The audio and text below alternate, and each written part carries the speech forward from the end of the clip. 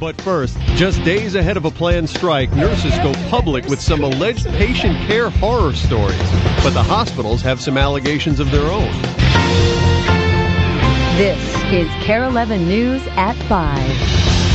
Good evening. The Minnesota Nurses Association came forward today with several examples it says prove certain hospitals are dangerously understaffed. But the hospitals say the stories are unsubstantiated and are calling them scare tactics by the union. So what's a patient to believe? KARE 11's Renee Tessman looks at both sides of the story ahead of that planned one-day strike that's now right around the corner. And I'm just quite emotional today because we just found out that shortly after that nurse committed suicide because of this situation. At the Minnesota Nurses Association headquarters today, Melissa Randall, an RN herself, told of her father's stay in a hospital and how his nurse failed to check him for signs of stroke. Which he ended up having that night, and she missed it because she was too busy. It's one of many stories the union is putting forth from nurses who say short staffing has put their patients in jeopardy. It's the main reason they say they will strike on Thursday. Our manager came forward and said that she would prefer that no narcotics be given at all in the recovery room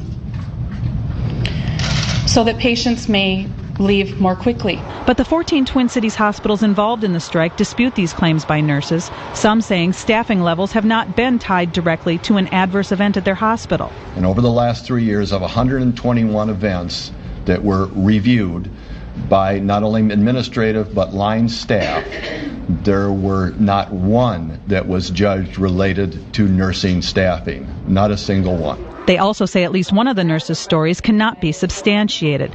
They say when the nurses strike on Thursday, their hospitals will continue to provide quality care with well-trained replacement nurses. All of our hospitals have prepared well for the strike, and each of us has comprehensive plans in place to take extra precautions, ensuring that patients will continue to receive the highest quality and safest care. But these nurses say the hospitals aren't staffed adequately when they're working.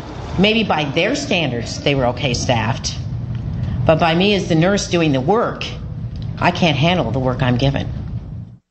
The nurses will strike from 7 a.m. Thursday to 7 a.m. Friday. Some hospitals have postponed elective surgeries on that day, but all say they will be otherwise fully staffed. The hospitals have brought in more than 2,800 temporary nurses trained in their specialties in which they will be working, and at least one hospital said it will have extra physicians on hand.